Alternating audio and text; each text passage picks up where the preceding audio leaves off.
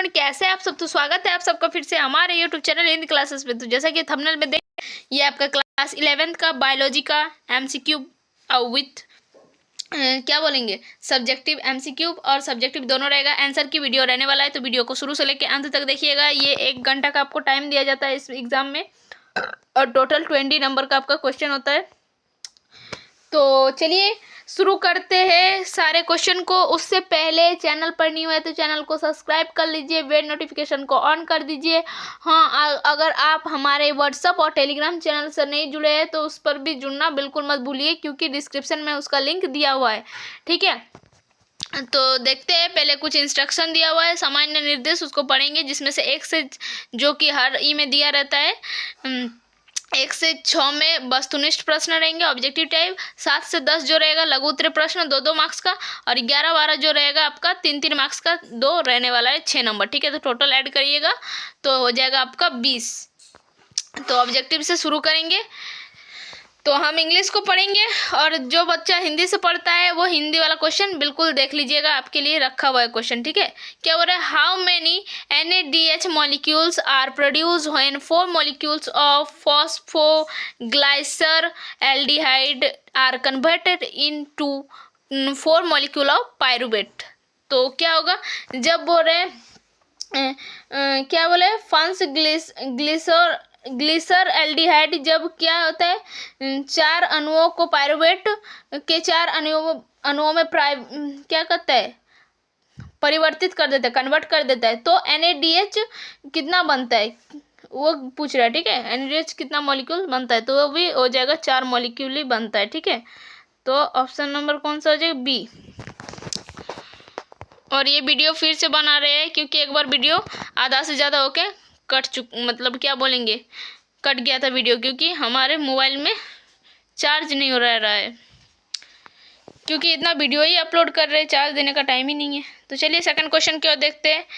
क्या which hormone is called stress hormone. Stress hormone के नाम से किसको जाना जाता है, तो साइटोकाइनिन या फिर इथाइलिन या फिर एब्सिसिक एसिड या फिर आपका ऑक्सिन। तो हो जाएगा एब्सिसिक एसिड इसका करेक्ट आंसर। नेक्स्ट क्वेश्चन क्या हो रहा है, पहाड़ पर चढ़ते समय किसी व्यक्ति का श्वसन प्रक्रिया में क्या बदलाव होता है। What happened to the respiratory process in a man going up to hill। ठीक है, जब हम पहाड़ पर चढ़ते हैं तो रेस्पिरेटरी प्रोसेस में क्या होता है, श्वसन लेने की दर घट जाती है, rate of breathing will decreases. श्वसन लेने की दर बढ़ जाती है, rate of breathing will increases. सांस लेने की दर स्थिर रहती है, rate of breathing will constant, या फिर इनमें से कोई नहीं, नॉन ऑफ दिस। तो ये होता है श्वसन लेने की दर बढ़ जाती है, rate of breathing will increases. ठीक है, फिर बोल रहा है कौन सा केसरुक अंग केवल ऑक्सीजन युक्त रक्त प्राप्त करता है। व्हिच क्या है vertebral organ receives only oxygenated blood. तो वो आपका कौन सा हो जाएगा, गिल्स हो जाएगा, या फिर आपका लंग्स हो जाएगा, या स्प्लीन, या फिर आपका लीवर। तो स्प्लीन जो होता है वो क्या होता है, खाली ऑक्सीजनेटेड ब्लड को ही रिसीव करता है।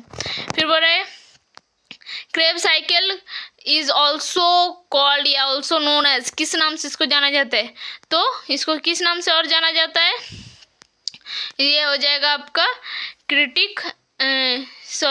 साइट्रिक एसिड चक्र। ठीक है, साइट्रिक एसिड साइकिल या चक्र से नाम से जाना जाता है। कौन सा एक लघु दिवस पौधा नहीं है, which one is not a short day plant. तो पालक या फिर ग्लाइसिन मैक्स या फिर क्या लिखा है गुलदाउदी या फिर ज़ैंथियम। तो कौन सा हो जाएगा, ज़ैंथियम जो है वो एक क्या है लघु दिवसीय पौधा नहीं है। ठीक है, ये तीनों जो है लघु दिवसीय। अब सेक्शन बी में देख लेते हैं, श्वसन क्या है, 4 है लघु उत्तरीय प्रश्न में। पहला है कि श्वसन पदार्थ क्या है, सबसे आम श्वसन पदार्थ का नाम बताइए। फिर बोल रहे हैं जीवन क्षमता का परिभाषा दीजिए या डिफाइन वाइटल कैपेसिटी। फिर बोले क्लोराइड शिफ्ट क्या है, व्हाट इज क्लोराइड शिफ्ट। किण्वन क्या है, क्या यह हमारे शरीर में होता है। व्हाट इज क्या है fermentation. Does it occurs in our body. और सेक्शन डी में आपका लघु दीर्घ उत्तरीय प्रश्न जो कि है वायवीय श्वसन के मुख्य चरण क्या है, यह कहाँ होता है। What are the main steps in aerobic respiration, where does it take place. और क्या बोल रहे हैं, क्रेब चक्र के समग्र दृष्टि के आरेखनीय निरूपण है। तो ये given the diagrammatic representation of an overall view of Krebs cycle. तो चलिए देखते हैं। तो 7 नंबर क्वेश्चन, जैसे कि आप लोग देख रहे हैं, श्वसन पदार्थ क्या है, सबसे आम श्वसन पदार्थ का नाम बताइए। What is the respiratory substance, name the most common respiratory substance. Respiratory substances are any organic substances. Respiratory substances वो ऑर्गेनिक सब्सटेंसेस होते हैं that can be break down in respiration to liberate energy. इस क्या होते हैं, वो organic substances होते हैं जिसके ब्रेकडाउन के फलस्वरूप क्या होते हैं, क्या मिलते हैं, एनर्जीज मिलते हैं। ठीक है, दिस इंक्लूड्स जिसमें क्या क्या इंक्लूड्स है, कार्बोहाइड्रेट, फैट्स मतलब लिपिड्स एंड प्रोटीन। ठीक है, चलिए नेक्स्ट क्वेश्चन की ओर बढ़ते हैं। ये क्वेश्चन आसानी से इसका आंसर हो गया। तो आपको क्या डिफाइन करने बोल रहा है, वाइटल कैपेसिटी। तो वाइटल कैपेसिटी को किससे डिनोट करते हैं, वीसी से। ठीक है, तो It is the maximum volume of air a person can exhale after a maximum inhalation।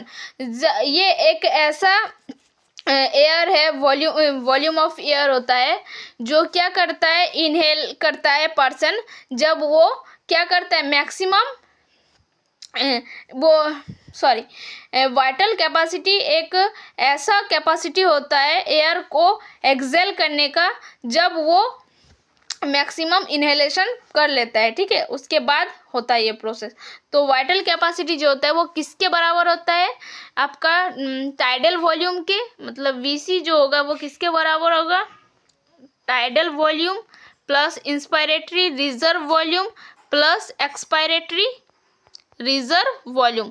तो ये तीनों के बराबर होगा। तो देख लेंगे, it is the sum of tidal volume किसके सम होता है, inspiratory reserve volume, expiratory reserve volume and tidal volume. तो इस तरह से इसको वीसी को डिनोट कर सकते हैं, वीसी बराबर ये सारा कुछ। देखिए, तो देख लिए, इसको ऐसा लिखा जा सकता है। अब क्वेश्चन नंबर 19 को देख लेते हैं।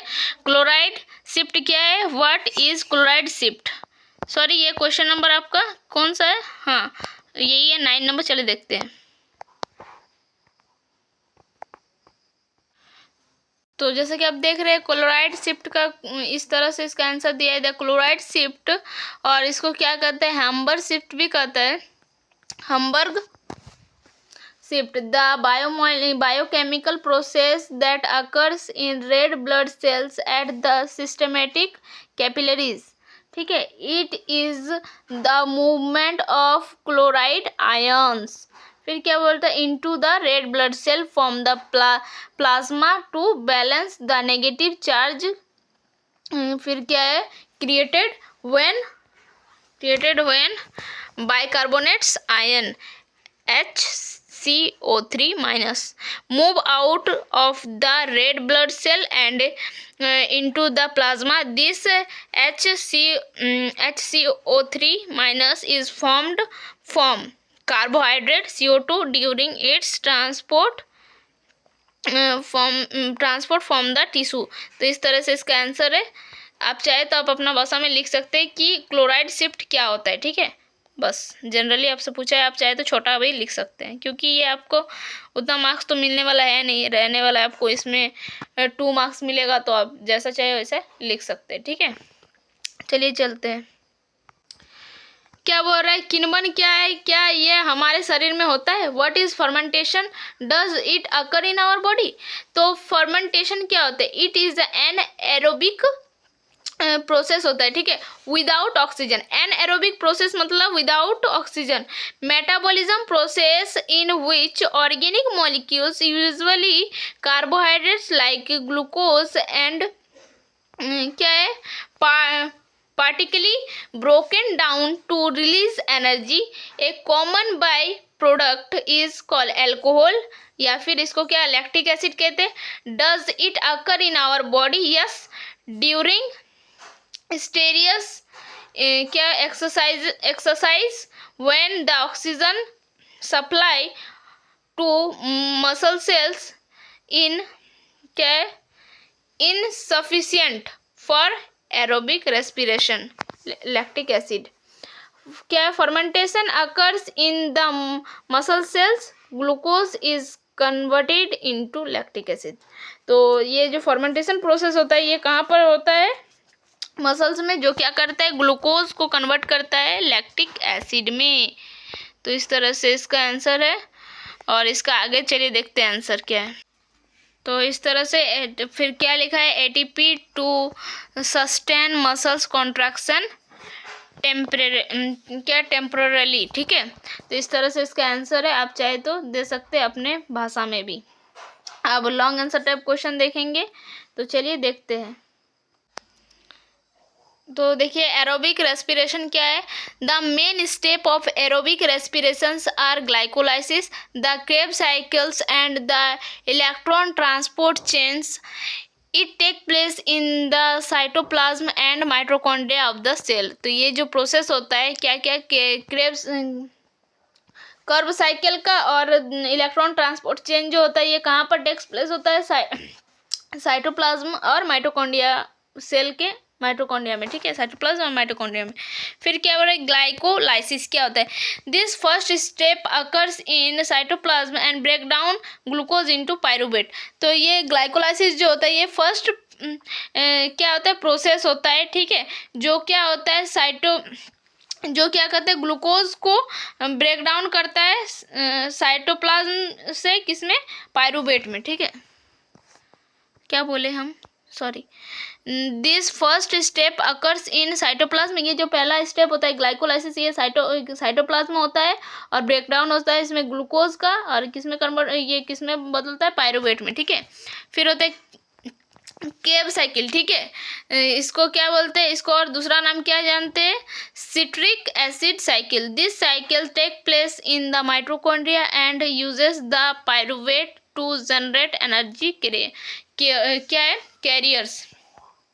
फिर देन आपका electron transport chain. This final step also occurs in the mitochondria and produce the majority of the ATP energies. तो इस तरह से इसका आंसर दिया गया. अब लास्ट क्वेश्चन को देखते हैं और चलिए समाप्त करते हैं. तो ये जो 12 नंबर का क्वेश्चन है इसमें क्या बोलता है? इसमें आपको डायग्रामेटिक रिप्रेजेंटेशन करने बोला है क्रेब साइकिल को. ठीक है. तो द क्या बोले? The Krebs cycles are also known as क्या होता है? सिट्रिक एसिड साइकिल या फिर TA साइकिल भी कहा जाता है. In is a series of chemical reaction use by all aerobic organisms to release store energy through the oxidation of क्या एसिटाइल COA. फिर derive from carbohydrate fats and protein. Diagrammatic representation of Kreb cycles would show the following key points या फिर की steps and क्या है components. तो देखेंगे पहले स्टार्टिंग मॉलिक्यूल्स क्या होता है? Acetyl COA. ठीक है. जिसको C2 से डिनोट करते हैं. Enter the cycle. इस तरह से स्टेप 2 में स्टेप 1 है ये. फिर स्टेप 2 है क्या है? Citrate of isomerism of iso citrate C6. ठीक है. तो ये सारे आप स्टेप को देख लीजिएगा एक बार. चलिए देखते हैं. तो ये देखिए स्टेप 5, स्टेप 6 और स्टेप 7 है. देखिए स्टेप 8. तो ये सब क्या है? द साइकिल मेन प्रोडक्ट पर टर्न क्या बनता है? 3NADH बनता है और एक बनता है 1FADH2 बनता है, 1 ATP बनता है और 2 CO2 मॉलिक्यूल्स बनता है. तो ये जो क्वेश्चन आंसर था हम इतना बड़ा था कि हमको पढ़ने का और मन ही नहीं कर रहा है क्योंकि बहुत ऐसे ही लॉन्ग हो चुका है वीडियो. ठीक है. बक के हम थक चुके हैं, मुंह दुखने लगा है. तो बस आज के लिए इतना ही. फिर मिलते हैं नेक्स्ट वीडियो में. तब तक के लिए बाय बाय. Take care. जय हिंद. वंदे मातरम.